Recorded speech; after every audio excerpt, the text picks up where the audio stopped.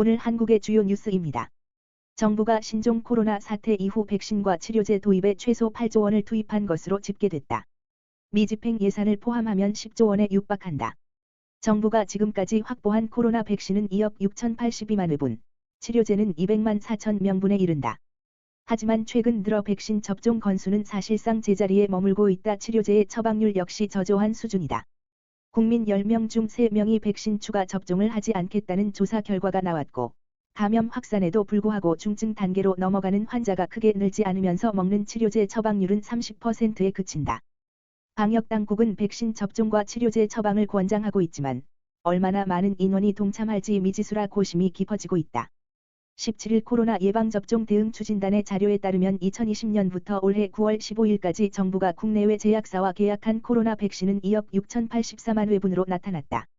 화이자가 1억 2,749만 회분으로 가장 많고 모더나 5,400만 회분, 노바백스 4천만 회분, 아스트라제네카 2천만 회분, 국산 백신 1,000만 회분, 코백스를 통해 확보한 735만 회분, 얀센 200만 회분 순이다. 정부는 이를 위해 3년간 예산 총 7조 6,855억 원을 편성했다.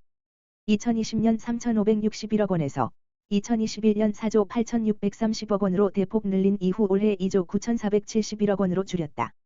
예산 집행률은 2020년 62.43%인 2,223억 원을 기록했고, 지난해의 경우 92.87%인 4조 5,161억 원으로 나타났다.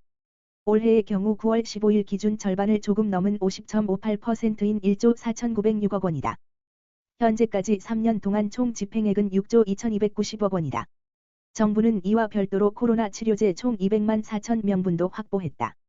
미국 화이자의 팍스로비드를 시작으로 미국 제약사 머크사의 라게브리오 등의 도입을 위해 계약을 맺었다.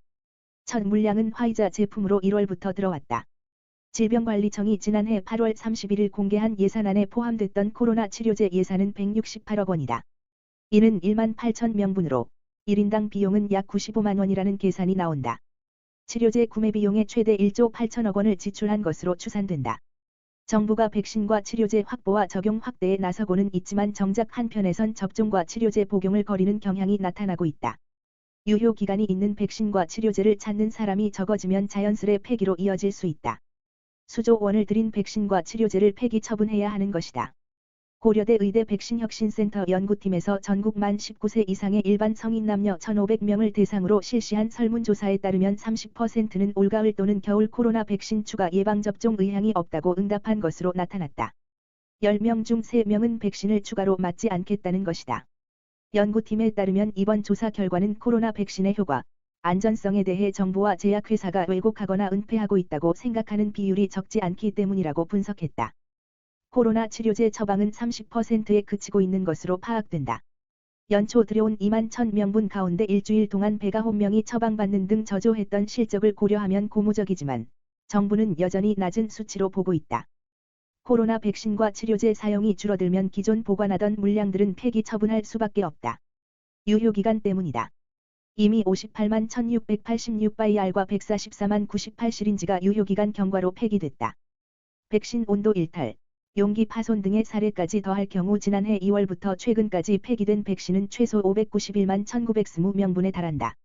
전여욱 전 국회의원이 뇌물수수와 직권남용 권리행사방해 혐의로 징역 2년에 벌금 1,000만 원, 추징금 467만 원을 선고받은 은수미 전 성남시장을 겨냥해 은수미는 영화 아수라 은실장으로 흔히 비유됐다면서 현실의 은수미는 영화 아수라 은실장보다 더 나쁘다고 신랄한 비판을 쏟아냈다.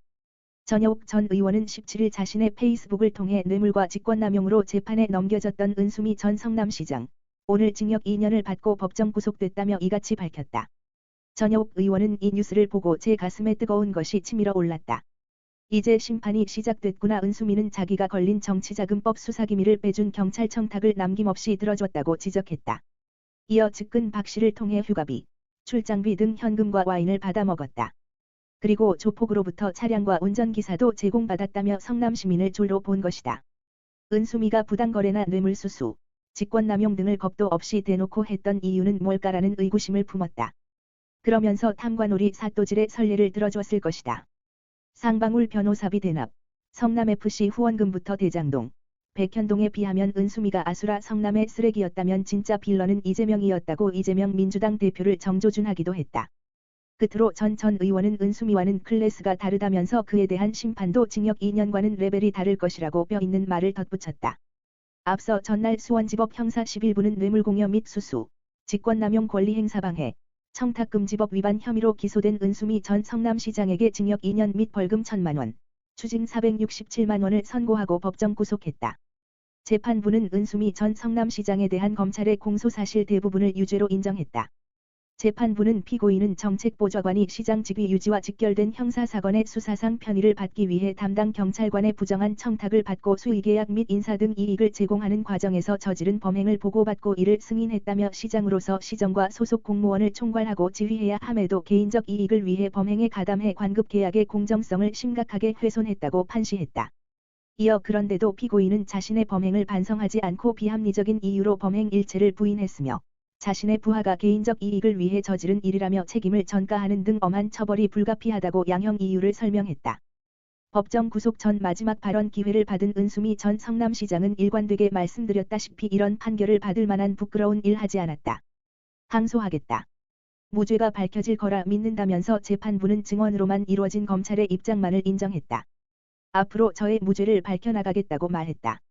그러면서 한 가지 부탁을 드리자면 법원이 억울한 사람을 만들지 않도록 노력해야 한다고 생각한다. 진실을 좀 더 살펴봐 주길 바란다며 제가 반성하지 않았다고 하지만 저는 반성했기 때문에 시장 불출마를 선언했다고 덧붙였다. 서울 부동산 시장의 양대 지표인 거래량과 가격이 동반 추락하며 하락장이 이어지고 있다. 서울 아파트 매매 거래량이 지난 7월에 이어 8월에도 역대 최저치를 경신할 가능성이 높은 가운데 서울 아파트 가격도 지난해 최고가 대비 6억 원 이상 하락하는 등 고전을 면치 못하고 있다. 17일 부동산 정보 매체에 따르면 8월 서울 아파트 매매량은 521건으로 7월 매매량보다 적었다. 지난 1일 최종 집계된 7월 서울 아파트 매매량은 641건으로 2006년 통계 작성 이후 역대 최저치다. 실거래 신고 기한은 거래일로부터 한 달로, 향후 8월 거래량이 추가될 수 있으나 통상 2주 내로 마무리하는 관행상 7월 매매량과 적거나 유사할 것으로 보인다. 7월부터 시작된 최악의 거래 절벽이 이어지고 있는 셈이다. 전년 동월 대비 서울 아파트 매매량은 각각 4,679건, 4,064건을 기록했다. 올해 동월과 비교하면 7월 매매량 감소율은 86.3%에 달한다. 8월 역시 80% 이상의 감소율을 보일 것이 확실시된다. 서울 자치구별 8월 아파트 매매량은 용산 종로구가 6건으로 가장 적었고 광진구, 중구가 그 뒤를 이었다. 가장 많은 곳은 강남구로 나타났다. 서울 아파트 가격도 곤두박질치고 있다.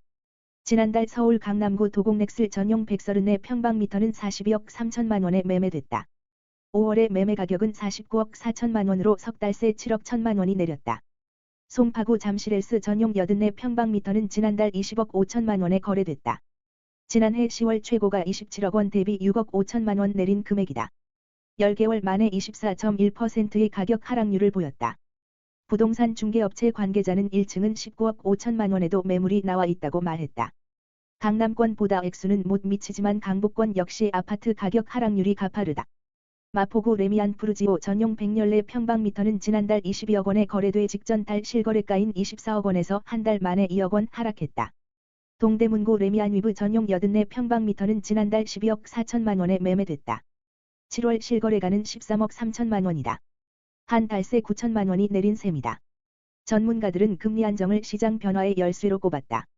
국민은행 부동산 수석 전문위원은 수요자들이 금리에 적응할 시간이 필요하다며 과거 고금리 시대에서 집을 안 사던 게 아닌 만큼 금리가 횡보하기 시작하면 시장의 변화가 올 수 있다고 말했다.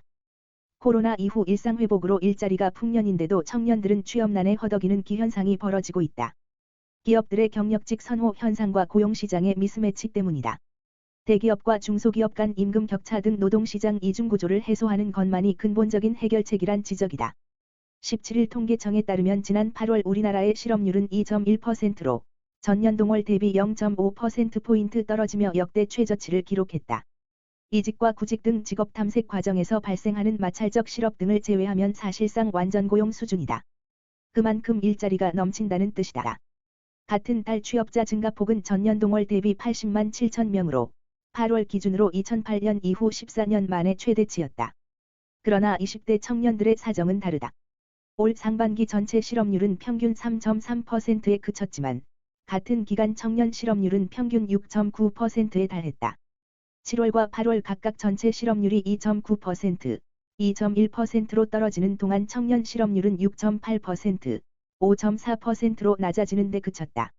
단기 아르바이트를 하면서 구직 활동을 하는 사실상의 실업자까지 포함한 확장 실업률의 경우 청년층은 올 들어 매달 20% 안팎 수준을 유지하다 8월에도 18%를 기록했다.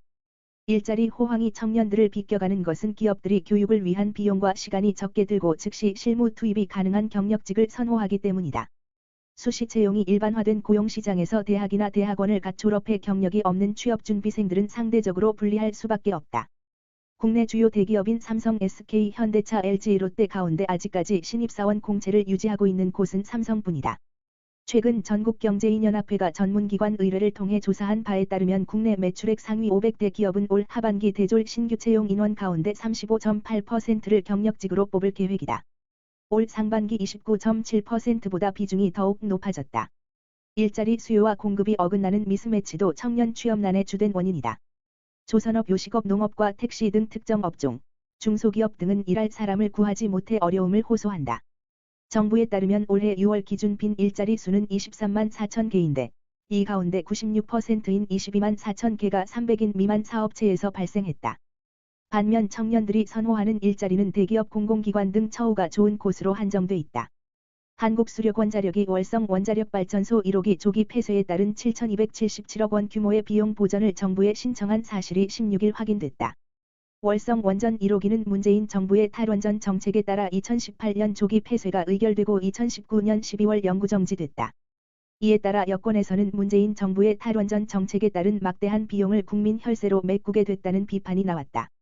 여당인 국민의힘에 따르면 한수원은 6월 산업통상자원부에 7,277억 4,600만 원의 월성 원전 1호기 비용 보전 신청서를 제출했다.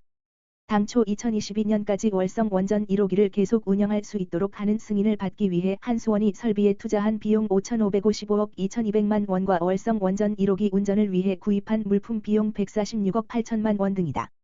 국민의힘은 한수원은 월성 원전 1호기를 계속 가동하기 위해 준비해왔지만 문재인 정부의 일방적인 탈원전 정책으로 2019년 가동이 중단되면서 이 같은 비용이 발생한 것이라고 설명했다. 한수원이 정부의 비용 보전을 신청할 수 있었던 것도 문재인 정부 당시 내려진 결정 때문이다. 문재인 정부는 2017년 10월 월성 원전 1호기 조기 폐쇄를 포함한 에너지 전환 로드맵을 발표하며 에너지 전환 정책 이행에 따른 비용을 정부가 보전하기로 정했다. 이어 정부는 2021년 6월 전력기금을 사용해 탈원전 매몰 비용을 보전하는 내용의 전기사업법 시행령 개정안을 의결해 법적 근거까지 마련했다. 전력기금은 국민이 낸 전기요금 중 매달 3.7%를 떼서 조성하는 일종의 준조세 성격의 재원으로 주로 도서 벽지 전력 공급 등을 위해 쓰인다. 하지만 문재인 정부 당시 시행령 개정으로 탈원전 정책에 따른 원전 사업 손실 보전에도 쓰일 수 있도록 용도가 추가된 것과 이번에 한수원이 정부의 비용 보전을 신청한 것도 이 시행령이 근거가 됐다. 한수원은 문재인 정부에서 탈원전 정책으로 월성 원전 1호기 조기 폐쇄가 결정되자 비용 보전 신청을 위한 월성 1호기 비용 보전 태스크포스를 자체적으로 운영해왔다. 이후 6월 이사회 의결을 거쳐 7천억 원이 넘는 비용 보전 신청안을 산업부에 낸 것이다. 이에 대해 여당은 탈원전 정책 실패의 청구서가 국민에게 하나 둘씩 날아오고 있다면서 문재인 정부가 탈원전으로 인한 국민 부담은 없을 것이라고 한 약속이 거짓말로 드러났다고 지적했다. 한수원의 신청에 따라 산업부는 비용보전심의위원회에서 심의를 진행한 뒤 구체적인 비용보전 범위와 규모를 확정할 예정이다. 전액이든 일부든 보전을 해주는 것으로 결정이 나면 비용은 전력기금에서 나간다. 산업부 관계자는 현재 내부 검토 중이라며 중간에 자료 보완 등의 과정도 거칠 수 있기 때문에 올해 연말까지는 결론이 안 날 것이라고 말했다. 심의위원회 의결 후 정부안이 확정되면 국회 예산 심의를 거쳐 최종 비용보전 액수가 결정된다. 여기에 한수원은 월성 원전 1호기 외에도 문재인 정부 탈원전 정책에 따라 사업이 중단된 강원 삼척시 대진 1호기와 2호기 그리고 경북 영덕군 천지 1호기와 2호기 등에 대한 비용 보전도 신청할 계획이다. 당초 신규 원자력 발전소인 대진원전과 천지원전을 준비하고 있었던 한수원은 2018년 두 원전의 사업 종결을 결정했다. 이에 따라 탈원전 정책에 따른 국민 부담이 더 커질 가능성도 있다는 관측이 나오고 있다. 오늘도 시청해 주셔서 감사합니다. 구독과 알람 설정 부탁드립니다.